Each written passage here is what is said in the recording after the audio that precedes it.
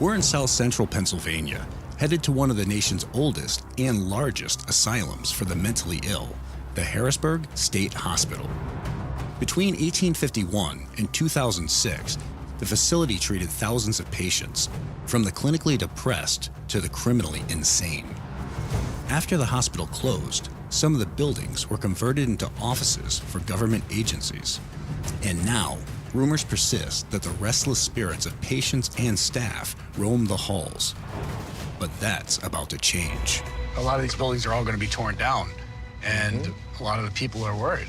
What happens after these places are torn down? Where do these spirits that they believe are here go? Right. Yep. Alyssa Caridi is part of the UPRO family, and we sent her ahead for a preliminary sweep of the complex. Alyssa, she had some incredible activity when she was here investigating. I'm pretty excited about it.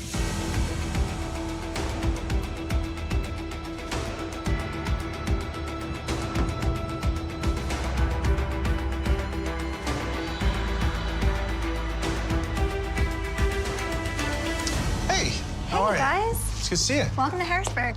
I'd really like to show you guys what we found while we were here. I got some really good evidence that I want to talk to you guys about, and I have some personal experiences that I might need your help.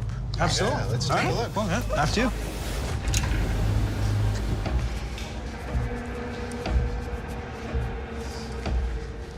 All right, so this evidence, I mean, I know you sent us some, and I did. let's hear it again. If you are here, can you make that light up for me? So right after my phone goes off, you'll hear a man's voice. He says, grab it. If you are here, can you make that light up for me? And you're positive that was nobody in the room, just sort of double talking, or there's something called involuntary audio reflex? You would have tagged it if it was somebody. Correct. All right, and so some of the other EVPs you caught. Yeah, so during this time, we were in Eaton Building. We were hearing footsteps. Now, when you came here and investigated, how many of the buildings did you spend some time in? So I think we were in about 6 buildings. Okay. Yeah, that's total. I mean, some of them are really big.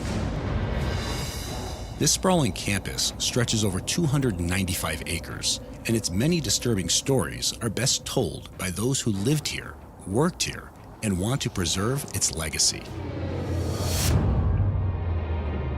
Harrisburg State Hospital is a place where the mental health revolution began, but its history wasn't so pretty.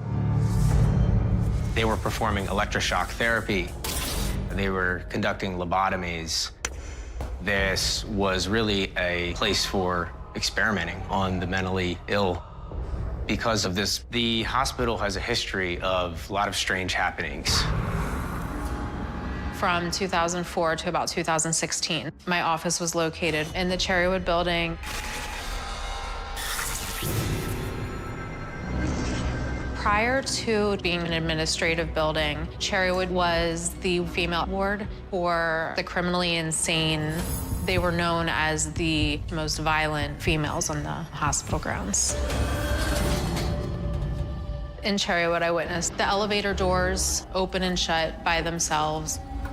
And 2 of the doctors that I had worked with while working there late in the evening, they heard the elevator door open, and when they looked out into the hallway, they saw a person in what seemed to be a hospital gown, seated on a gurney that rolled out from the elevator. So that was pretty creepy.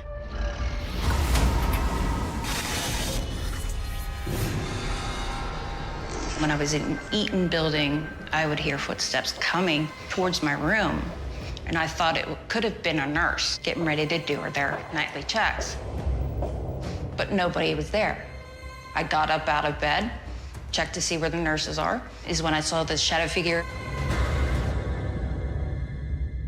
When I saw it, I just was stunned, and it just disappeared into the wall. In recent years, part of the facility was used by an organization that cares for homeless families with children. And it's often children who are most sensitive to paranormal activity. In the basement of Hemlock Hall, Kids would regularly report that they were playing with an older man that they called Mr. Apples, who they described to be dressed in a white lab coat, much like a doctor or a scientist would have been. But there were no other adults in the building, and they searched high and low and could not find any sign of any Mr. Apples. These buildings are not only linked by hair-raising paranormal events, they're also connected by an intricate system of tunnels, one of which lets out at the far end of the complex. The maps showed that there was a tunnel that led directly to the morgue.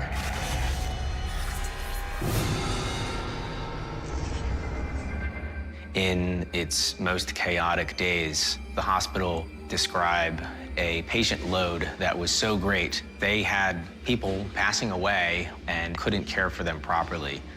Some people were buried right outside of the building.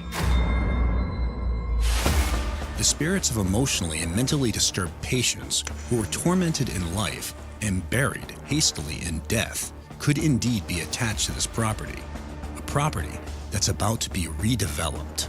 If the buildings are demolished, what will happen to the spirits that are here? They might leave the campus to the local neighboring areas that mimic the architecture or the surroundings similar to the Harrisburg State Hospital grounds. They're tearing it down. I have an idea they're going to be asking for more trouble. Is there any new activity that's happening? Yeah. After leaving this site, I've started experiencing activity at my house. Well, what kind of activity are you experiencing? We were here on a Friday in the basement of the Hemlock building.